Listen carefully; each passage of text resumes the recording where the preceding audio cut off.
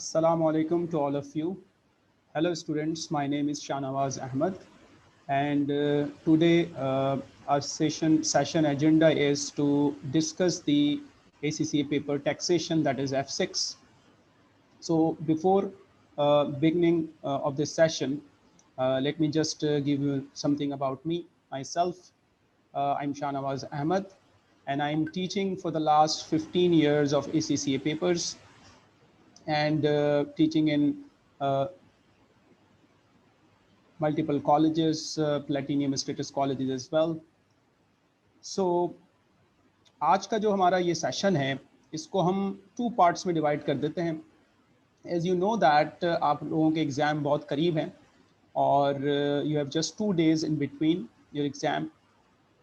सो एक पार्ट हम जो डिस्कस करने जाएंगे उसमें होगा कि before the exam what to do now in the remaining time, and the second thing is that during exam what would be the right strategy to pass the exam. So let's start our first discussion, what to do with the remaining days and how to prepare well in the remaining available time. First of all, अगर हम paper F6 की बात करते हैं तो आपको सबसे पहले तो ये सिलेबस अपना अंडरस्टैंड करना होगा कि आपका सिलेबस क्या है और आपके एग्ज़ाम का स्ट्रक्चर क्या है. क्योंकि जब आप एग्ज़ाम कोई भी अटैम्प्ट करते हैं तो आपको ये पता होना चाहिए कौन सा इंपॉर्टेंट एरियाज़ हैं, कौन से लेस इंपॉर्टेंट एरियाज़ हैं, कौन से एरियाज़ हैं जो हमेशा एग्ज़ाम में आते हैं और वो कौन से एरियाज़ हैं जिनको आप थोड़ा सा लाइट लेकर एग्ज़ाम में जा सकते हैं. अगर हम पेपर F6 की बात करें तो our entire syllabus is comprises of 5 topics. 5 की टॉपिक्स हैं हमारे सिलेबस में, जिसमें सबसे इम्पॉर्टेंट और सबसे बड़ा टॉपिक हमारे पास है इनकम टैक्स से related.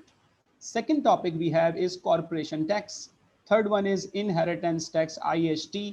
Fourth one is value added tax VAT.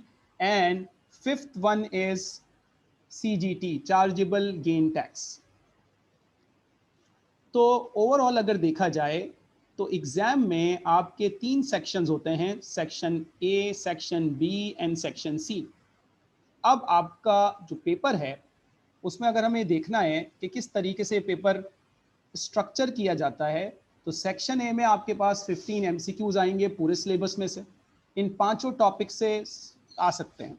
Section B में आपके पास 3 MTQs आएंगे जो कि लाइकली चांसेस होता है कि एक क्वेश्चन वैल्यू एडेड टैक्स से आएगा, सेकंड क्वेश्चन इनहेरिटेंस टैक्स से आएगा और थर्ड क्वेश्चन CGT से आएगा, 10 मार्क्स ईच.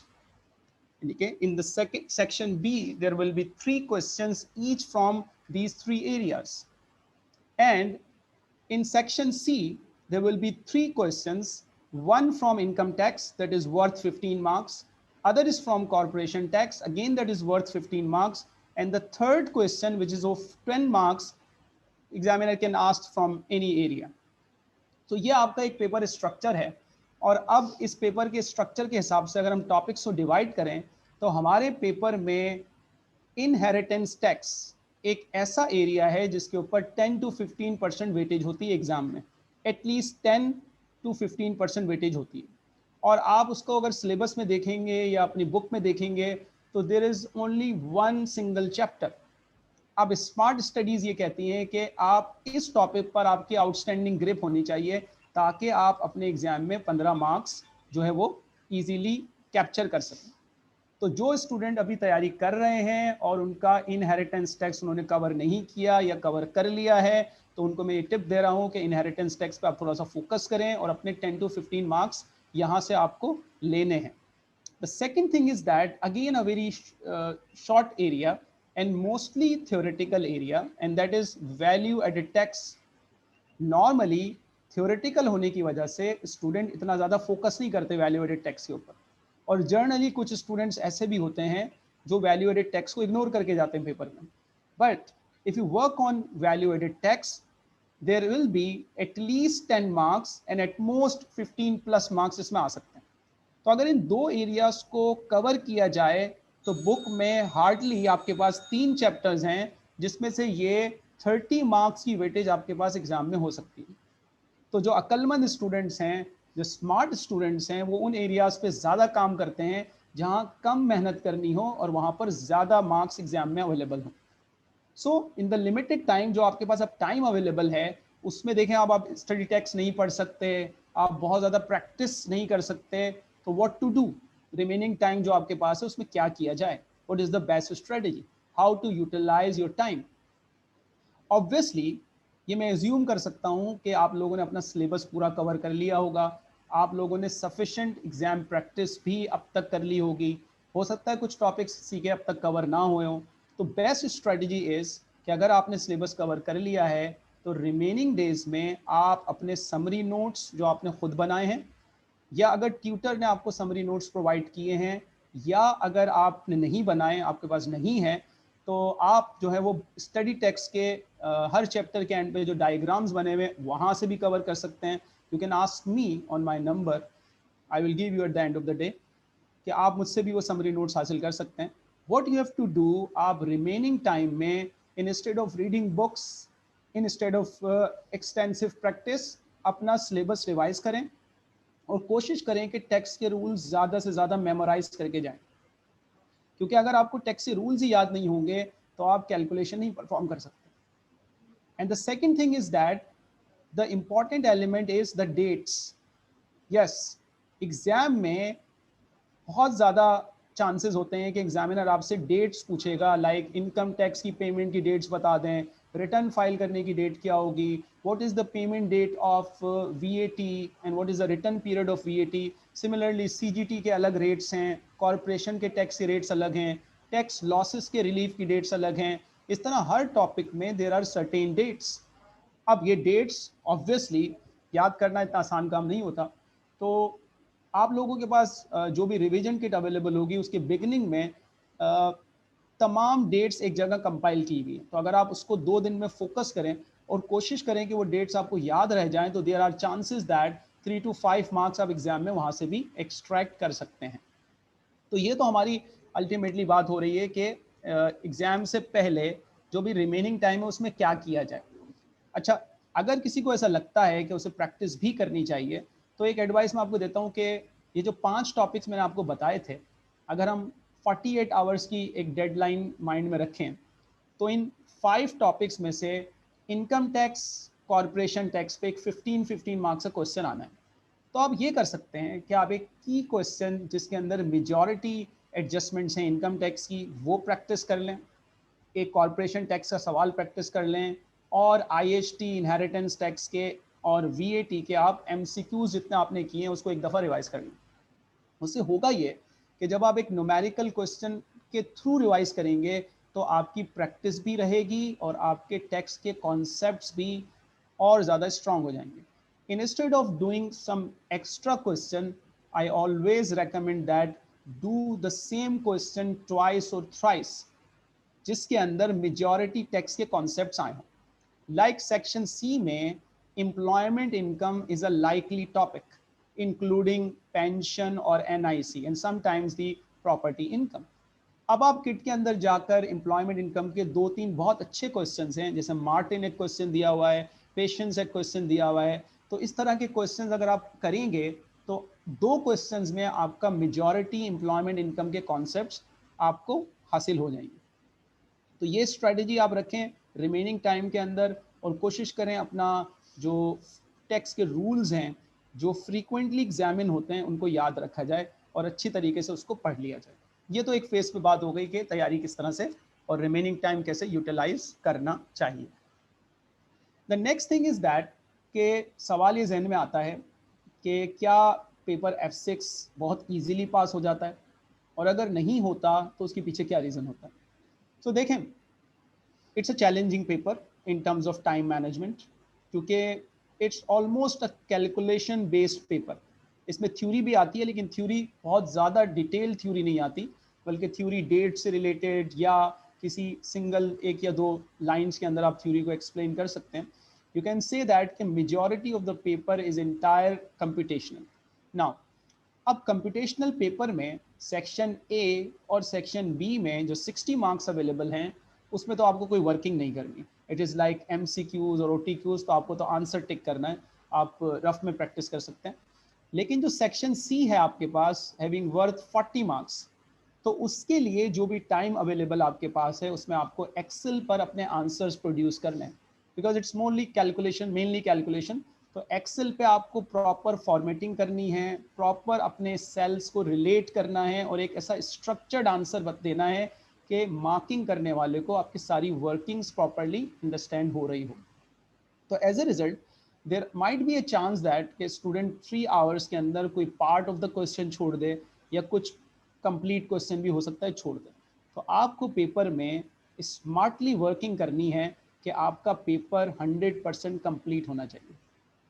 आई रिपीट, आपकी स्ट्रैटेजी पेपर में जाते वक्त ये होनी चाहिए कि मुझे 3 आवर्स को इस तरह से यूटिलाइज करना है कि मुझे पूरा पेपर अटेम्प्ट करना है ना। अब ये अटेम्प्ट कैसे होगा, हम कोई ऐसा तरीका अडॉप्ट करें ड्यूरिंग द एग्ज़ाम कि ये पेपर हम इंटायरली पहले तो अटेम्प्ट कर लें। तो उसके अंदर देखें, जब आप पेपर स्टार्ट करते हैं तो उसके लिए एक मेरी अप्रोच जो मैं आपको एडवाइस करूंगा कि जो अप्रोच आपको यूज़ करनी चाहिए, वो अप्रोच ये है कि आप सेक्शन ए से अपने पेपर का स्टार्ट करें। You have to start your paper from section A. Why from section A? इसलिए कि जब आपके पास 15 MCQs या OTQs होंगे तो उसमें चांसेस ये होते हैं कि 5 to 7 क्वेश्चंस ऐसे होते हैं जो आपकी रेंज में होते हैं, क्योंकि वो पूरे सिलेबस में से आते हैं। तो कुछ टॉपिक्स तो स्टूडेंट्स के ऐसे होते हैं जो अच्छे टॉपिक्स होते हैं, कुछ थ्योरेटिकल सवाल भी आ जाते हैं, कुछ न्यूमेरिकल ईजी होते हैं। 15 आउट ऑफ 15 ईजी क्वेश्चंस नहीं होंगे, लेकिन 6 to 7 questions there will be some easy scoring marks. तो अब आपको क्या करना है कि आपको इनिशियल फेज में सेक्शन ए से स्टार्ट करके पूरे 15 सवालों को एक दफ़ा देखना है कि इसके अंदर एग्जामिनर ने कौन सा एरिया पूछा, और आइडेंटिफाई करने हैं 6 to 7 क्वेश्चंस जो कि आपको लगता है कि डूएबल हैं और वो एरियाज से आए हैं जो आपका फेवरेट एरिया है और आप इजीली उसको अटेम्प्ट कर सकते हैं। ऐसा करने से क्या होगा कि इनिशियल 15 to 20 मिनट्स में या विद इन 30 मिनट्स में you will able to get 10 to 12 marks. अगर आप ऐसा कर लेते हैं और ऐसा हो जाता है कि with in 30 minutes, early 30 minutes में आपके पास 10 to 12 और समटाइम्स भी मोर देन दैट अगर मार्क्स आ जाते हैं, तो उसका सबसे बड़ा एक आपके ऊपर, आपके कॉन्फिडेंस पे ये इम्पैक्ट आएगा कि ultimately you feel now relaxed कि अब मुझे 50 मार्क्स स्कोर नहीं करने, अब मुझे रिमेनिंग टाइम के अंदर 38 या 40 मार्क्स करने। अब 40 मार्क्स से टारगेट करेंगे। अब उसके बाद जो रिमेनिंग MCQs लेफ्ट ओवर हैं उन्हें आप छोड़ दें, उन पर टाइम स्पेंड ना करें। ये बिल्कुल गलत स्ट्रैटेजी है कि जी सेक्शन ए से स्टार्ट लेंगे और पहले पूरे 15 क्वेश्चंस अटैम्प्ट करेंगे और फिर सेक्शन बी या सेक्शन सी पे जाएंगे। ऐसी एग्जाम में कोई रिक्वायरमेंट नहीं है। You can jump through your sections from A B C as per the easy marks availability. और देखिए, याद रखें, सेक्शन ए में भी इजी मार्क्स होते हैं, सेक्शन बी में भी इजी मार्क्स होते हैं और सेक्शन सी में भी इजी मार्क्स होते हैं। हर सेक्शन में मार्क्स अवेलेबल होते हैं। आइडेंटिफिकेशन इज इंपॉर्टेंट कि आप वो मार्क्स पिक कर रहे हैं या नहीं कर रहे हैं। अब सेक्शन बी में जंप करेंगे after section A. Again it is advisable to go towards the section B. Why section B, why not section C? इसलिए कि सेक्शन बी में जो क्वेश्चंस होते हैं वो कंपैरेटिवली लेस डिटेल्ड क्वेश्चन होते हैं। मीन्स अगर आपके पास इनहेरिटेंस टैक्स का सवाल आएगा तो वो 1 पेज का क्वेश्चन होगा और उससे रिलेटेड 5 मल्टीपल क्वेश्चंस आपको दिए गए होंगे, जिसमें थ्योरी के क्वेश्चंस भी हो सकते हैं, की डेट्स भी हो सकती हैं। Now suppose for example chargeable gain tax का सवाल आया और उसने आपसे किसी रिलीफ के बारे में कोई डेट्स पूछ ली। फॉर एग्जांपल उसने रोल ओवर रिलीफ के बारे में कंडीशन पूछ ली कि रोल ओवर रिलीफ की टाइमिंग्स क्या होती हैं, और आपको वो टाइमिंग्स याद हैं, तो आप इमीडिएटली वो टाइमिंग वाला MCQ हिट कर सकते हैं और 2 मार्क्स ले सकते हैं। इसी तरीके से फॉर एग्जांपल से सपोज PPR रिलीफ पूछ लिया गया CGT के अंदर और आपको PPR रिलीफ की वर्किंग आती है बहुत अफेक्टिवली, तो आपने वो 2 मार्क्स की कैलकुलेशन बहुत क्विकली जो है वो सॉल्व कर लेनी है। तो सेक्शन बी में भी आपको इंटायरली 3 क्वेश्चन एक साथ अटेम्प्ट करने की जरूरत नहीं है।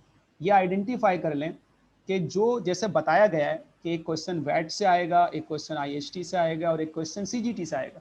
सो what you have to do, just see that the relevant topics are there, and if your IHT is strong, your VAT is outstanding, then why not try to attempt the entire question of VAT and inheritance tax. अगर आप 2 सवाल या at least एक सवाल भी वहाँ से बहुत अच्छी तरह से अटेम्प्ट कर लेते हैं, so that will give you like 10 to 12 marks from section A and 10 to 15 marks from section B. Now अब आप सेंटर में आके खड़े हो गए, 50 मार्क्स में से आधे मार्क्स आप ले चुके हैं और विद इन 60 मिनट्स ये एक्सरसाइज हो चुकी होगी. नाउ अब आपको पेपर के अंदर सिर्फ रिमेनिंग मार्क्स लेने के लिए now you have to jump to section C. आपका सेक्शन ए इनकम्प्लीट है, आपका सेक्शन, अच्छा, any tips for ATX on exam day? Yes, I am coming to ATX 2, just wait for that. let me just finish my taxation advice and then I will give some tips for ATX student as well. तो what I'm saying is कि आपका section A incomplete है, आपका section B incomplete है, tension की बात नहीं है, just go to section C. अब सेक्शन सी में 3 क्वेश्चंस आपका इंतजार कर रहे हैं, टाइम आपके पास लिमिटेड है, वर्किंग भी आपको करनी है. तो आइडियली सेक्शन सी में आई वुड रेकमेंड कि आप कॉरपोरेशन टैक्स के क्वेश्चन को चेक कर लें. अगर वो टिपिकल एक tax adjusted trading profit losses वाला सवाल है जो कि आपने किट में प्रैक्टिस की होगी, अगर वो एक टिपिकल टाइप का क्वेश्चन है, तो आप सबसे पहले उस कॉरपोरेशन वाले टैक्स टॉपिक को हिट करें और कोशिश करें कि वो 15 मार्क्स का क्वेश्चन आप इंटायरली अटेम्प्ट कर लें. उसके बाद आप देखें कि 10 मार्क्स वाला क्वेश्चन किस टॉपिक से आया है. यूजुअली ये कुछ अनयूजुअल टॉपिक हो सकता है क्योंकि इसके बारे में हमें कुछ नहीं पता, एग्जामिनर सिंगल टॉपिक पे पूछेगा, मिक्स ऑफ इश्यूज को कंबाइन करेगा, तो हमें नहीं पता. लेकिन अगर आपको लगता है कि सेक्शन सी में इनकम टैक्स वाला टॉपिक भी कंपैरेटिवली इजी है या आपकी रेंज में है, तो फिर आप अपने सेक्शन सी में एटलीस्ट 2 क्वेश्चन अटेम्प्ट कर लें. सो ये इस पॉइंट के ऊपर आपका आधा सेक्शन ए हो चुका, सेक्शन बी के एटलीस्ट 2 क्वेश्चन आपने अटेम्प्ट कर लिए, सेक्शन सी के आपने 2 क्वेश्चंस एटलीस्ट अटेम्प्ट कर लिए या देख लिए, कम से कम एक कर लिया. अब आप अपने पूरे पेपर को दोबारा इवेल्युएट करें और at this point in time हो सकता है आपने almost 1 hour and 45 minutes spend कर दिए हों, लाइकली दैट आप करीब करीब हों.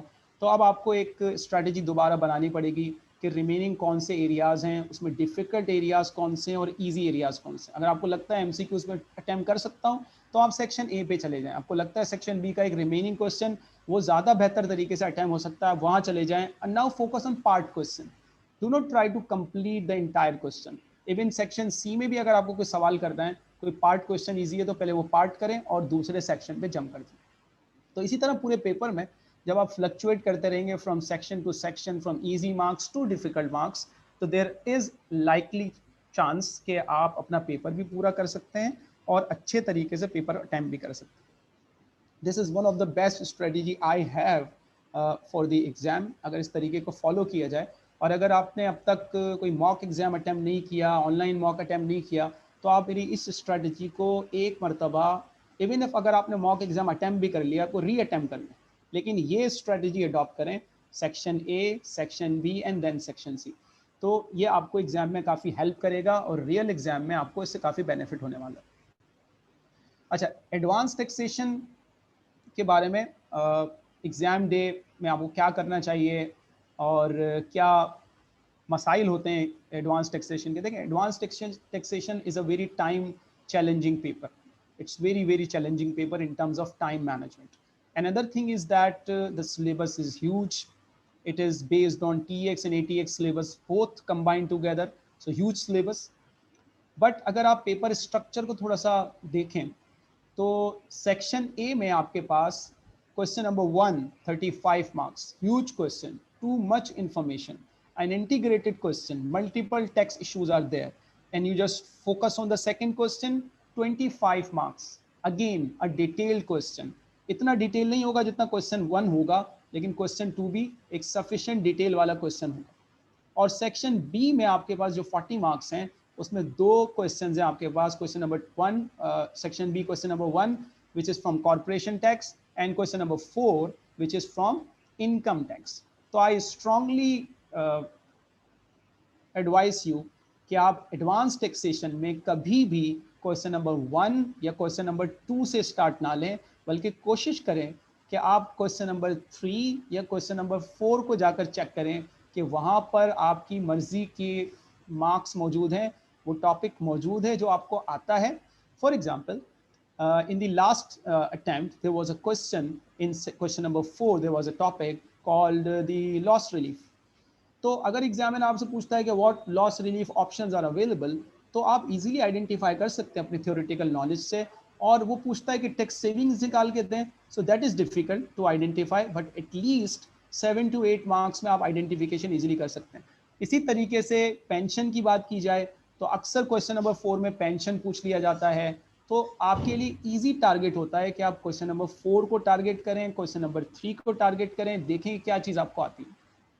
और अगर आपने सेक्शन बी का एक क्वेश्चन इंटायरली पूरा अच्छा कर लिया, या दोनों क्वेश्चन में से मेजॉरिटी पार्ट आपने अच्छी तरह से कर लिया है, तो माइंड यू आप इजीली पेपर पास कर सकते हैं.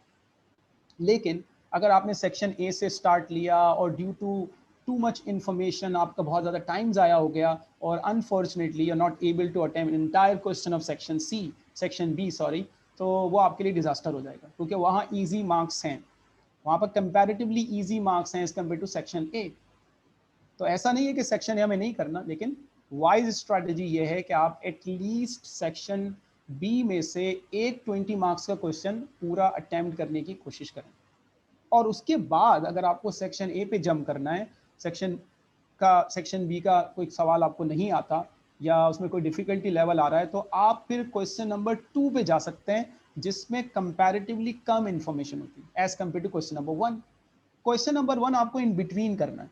लाइक पहले आपने सेक्शन बी का एक सवाल अटेम्प्ट किया, फिर आप गए क्वेश्चन नंबर सेक्शन ए के क्वेश्चन नंबर 2 के ऊपर. उसके बाद फिर आप देखें कि आपको जो रिमेनिंग 2 क्वेश्चंस हैं उसमें से कौन सा टॉपिक बेहतर आता है, किसके पार्ट्स ज़्यादा बेहतर तरीके से आप आइडेंटिफाई कर सकते हैं. फिर आप क्वेश्चन नंबर 1 स्टार्ट कर लें, उसके कुछ पार्ट्स आप कर लें, फिर आप सेक्शन बी में जाके रिमेनिंग क्वेश्चन के कुछ पार्ट्स कर लें, तो you will be able to attempt majority of the paper, that is 90% plus, at least 85 to 90% paper attempt होना लाजमी है. क्योंकि अगर आपने 70 या 75 का पेपर किया तो यू लीस्ट चांसेस होंगे आपके पास होने के. तो इसलिए पेपर अटेम्प्ट करना बहुत ज़रूरी है. एक तो ये चीज़ का आपको ख्याल रखना है. And another thing is that अगर आप कंप्यूटर बेस्ड एग्ज़ाम दे रहे हैं, तो उस कंप्यूटर बेस्ड एग्ज़ाम की आपको प्रैक्टिस होनी चाहिए कि किस तरीके से आपको एक्सेल पे वर्किंग करनी है, किस तरीके से आपको ड्राफ्टिंग करनी है, प्रोफेशनल मार्क्स का आपको ख्याल करना है. और ये प्रोफेशनल मार्क्स जब आप क्वेश्चन नंबर 1 अटैम्प्ट करेंगे तो ये बहुत ईजीली लिए जा सकते हैं. करना आपको क्या है, करना आपको ये है कि अगर आपसे कोई मेमोरेंडम पूछा गया, जो भी आपको फॉर्मेट बनाना है वो आप प्रॉपर बनाएं, प्रॉपर हेडिंग्स डालें, हर रिक्वायरमेंट की एक मेन हेडिंग हो और उसकी सब हेडिंग्स डालें, ताकि एग्जामिनर को क्लियर हो कि आपने कौन सा पार्ट सॉल्व किया है और कैसा पार्ट सॉल्व किया है.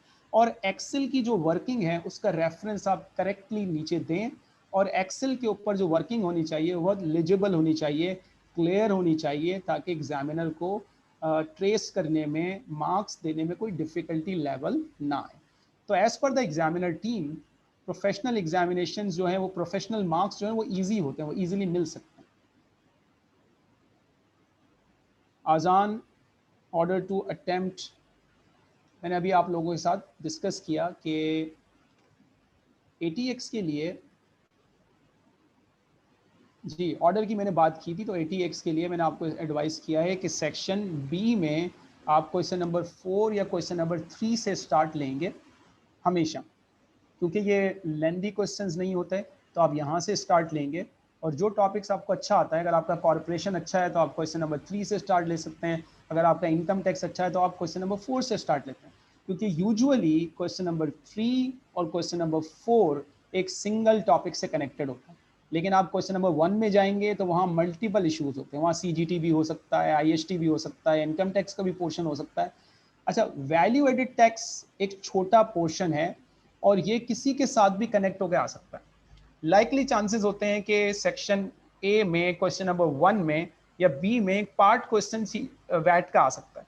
तो वैट एक छोटा सा टॉपिक है, उसको अगर आप अच्छी तरह से कवर कर लें तो 5 to 8 मार्क्स के दरमियान एग्जाम में आपको ईजी मार्क्स मिल सकते हैं.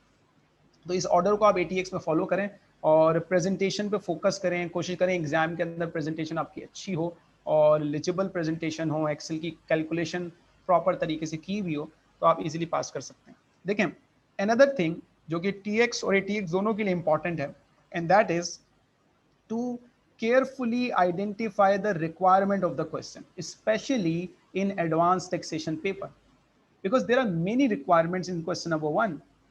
और वो आइसोलेट भी की भी होती है, एग्जामिनर ने उसको क्वेश्चन के अंदर भी आइडेंटिफाई किया होता है रिक्वायरमेंट को, at the end of the day भी किया होता है, at the end of the question भी किया हुआ होता है।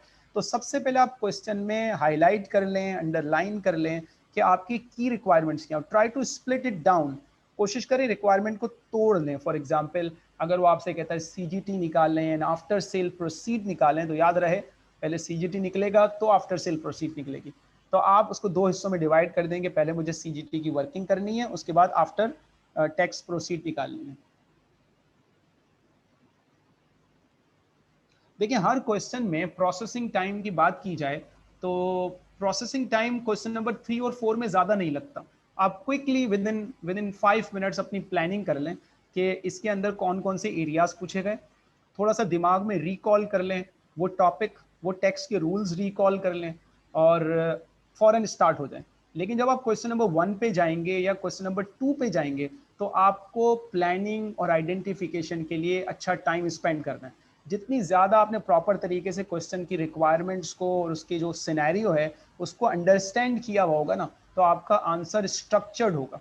अगर आपने ऊपर ऊपर से सवाल पढ़ा और रिक्वायरमेंट केयरफुली आइडेंटिफाई नहीं की, जो डेटा दिया हुआ है क्वेश्चन में वो केयरफुली आइडेंटिफाई नहीं किया, उसको प्रॉपर मार्क नहीं किया, तो हो सकता है कि आपका आंसर रेलेवेंट ना हो। आपने आंसर दिया होगा लेकिन वो आंसर जनरल आंसर होगा, जेनेरिक आंसर होगा, रेलेवेंट आंसर नहीं होगा। और एग्जामिनर आपको रेलेवेंट आंसर के मार्क्स देगा। एग्जामिनर आपको सिर्फ लिखने के मार्क्स नहीं देता बल्कि रेलेवेंट लिखने के मार्क्स देता। तो इसका आप ख्याल रखें कि आइडेंटिफिकेशन करनी है आपको रिक्वायरमेंट्स को, कि क्या पूछा गया, किस तरीके से पूछा गया, क्या सिर्फ थ्योरेटिकल पूछा गया, कैलकुलेशन नहीं करनी। स्टूडेंट क्या करते हैं, कैलकुलेशन नहीं करनी होती वहां कर देते हैं, जहां करनी होती वहां नहीं करते। तो ये आपको कैसे पता लगेगा, इसका आपको पता लगेगा क्वेश्चन की रिक्वायरमेंट को देख के। कुछ जगहों पर तो स्पेसिफिकली मेंशन होता है कैलकुलेट दिस एंड दैट, वहां तो कैलकुलेशन आपने स्ट्रेट फॉरवर्ड एक्सेल की शीट में जाकर करनी है। कुछ जगहों पर लिखा हुआ होता है जी एक्सप्लेन, डिस्कस और नो कैलकुलेशन इज नीडेड, वहां आपको स्ट्रेट डिस्कशन करनी है। और कुछ जगहों पे लिखा होता है कैलकुलेट एंड एक्सप्लेन, तो वो फिर आप दोनों तरीके से करेंगे। देखिए रीडिंग एंड प्लानिंग टाइम्स जो है ना वो क्वेश्चन नंबर 1 में सबसे ज़्यादा होने चाहिए।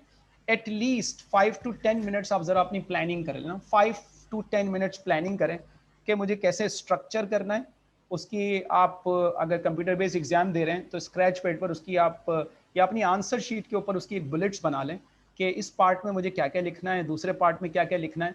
और यूजुअली हम अगर 20 मार्क्स की बात करते हैं तो 20 मार्क्स के लिए आप मैक्स दिमाग में रखें 40 मिनट्स, 35 to 40 मिनट्स अगर आपके हो गए एक क्वेश्चन में सेक्शन।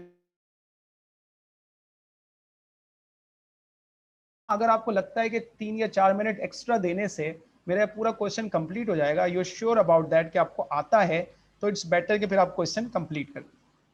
4-5 मिनट एक्स्ट्रा लेने से किसी क्वेश्चन में आपका पेपर अफेक्ट नहीं होगा। लेकिन अगर आपने फॉर एग्जांपल 35 मार्क्स का क्वेश्चन है और उसके लिए आपको 60 to 65 मिनट्स चाहिए, लेकिन अगर आप उस पर 1.5 आवर्स लगा देंगे तो आपका इंटायर पेपर अफेक्ट होगा, फिर आप सेक्शन बी से इजी मार्क्स नहीं उठा सकते।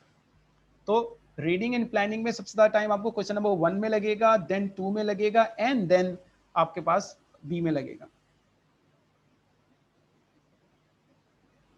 यस आप क्वेश्चन की जो रिक्वायरमेंट्स वगैरह हैं वो इजीली आप वहाँ पर कॉपी पेस्ट कर सकते हैं, उसमें कोई मसला नहीं है। आप मेरे यूट्यूब चैनल के ऊपर मैंने एक जो है वो सेशन कंडक्ट किया हुआ है जिसके अंदर how to use the CB session उसके नाम से, उसको आप एक दफ़ा देख सकते हैं, जिसके अंदर मैंने गाइड किया है कि किस तरीके से आप जो है वो सीबी सिस्टम को इस्तेमाल कर सकते हैं।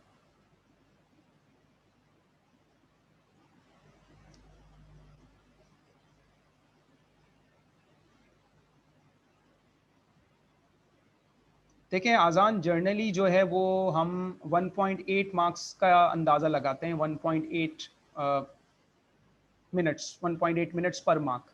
लेकिन मैंने ये कहा आपको कि 20 मार्क्स का अगर क्वेश्चन है तो 1.8 के हिसाब से 36 मिनट्स बनते हैं। लेकिन अगर आपको लगता है कि आप 40 to 45 मिनट्स में अफेक्टिवली क्वेश्चन कंप्लीट कर सकते हैं तो then there is no problem. ये कोई बहुत हार्ड एंड फास्ट रूल नहीं है। 5 to 10 मिनट्स का मार्जिन आप ले सकते हैं प्रोवाइडेड वो क्वेश्चन आपको आता है। लेकिन अगर आपको नहीं आता तो आप 20 मिनट्स के बाद उस क्वेश्चन को छोड़ दें। Instead of wasting time on a single question, try to move through other questions, ताकि जो इजी मार्क्स हैं वो आइडेंटिफाई करके आप कर लें। देखें, क्वेश्चन नंबर 1 में आपका आंसर आपका स्ट्रक्चर्ड होना चाहिए। इसका मतलब क्या हुआ? इसका मतलब ये हुआ कि वो आपको पूरा इंटायरली अटेम्प्ट करना चाहिए, ताकि आपकी प्रेजेंटेशन बिल्कुल अप टू द मार्क हो और आपको प्रोफेशनल मार्क्स में से 1, 2, 3 या 4 जो भी मार्क्स हैं आप उसमें से ले सकें। लेकिन सेक्शन बी में आपके पास ये ऑप्शन होगा कि आप कोई पार्ट क्वेश्चन अटेम्प्ट करते हैं क्वेश्चन नंबर 4 से, आपको लगता है क्वेश्चन नंबर 3 में भी एक पार्ट क्वेश्चन है, तो आप वहाँ से भी अटेम्प्ट कर सकते हैं। तो फोकस ये है कि स्टार्ट में आप पूरे पेपर को एक साथ इवेल्युएट कर लें। शुरू के 10 मिनट्स के अंदर आप अपना क्वेश्चन नंबर 1, 2, 3, 4 को एक दफ़ा जस्ट इन ओवरव्यू ले लें। Go to section C B immediately, go to section B immediately, वहाँ जाके चेक कर लें कि इनकम टैक्स में क्या पूछा है उसने, कॉरपोरेशन में क्या पूछा है। ये मेरे एरियाज़ हैं। सेक्शन बी की रिक्वायरमेंट सेक्शन ए की जो क्वेश्चन नंबर 1 की रिक्वायरमेंट पढ़ लें और 2 की रिक्वायरमेंट पढ़ लें। इससे आपको ये अंदाज़ा हो जाएगा कि जी मैं इतना कॉन्फिडेंट हूँ कि वो एरियाज एग्जामिनर ने पूछे हैं जो मुझे आते हैं। That would be a great help, that would be a great benefit. आपका जो कॉन्फिडेंस है वो बूस्ट होगा और आप पेपर में अच्छा परफॉर्म कर सकते हैं। So thank you guys for listening this session and अच्छा, लास्ट एक क्वेश्चन हम ले लेते हैं। Let's see, I attempt question number 1, then I give how many times to writing and then planning time.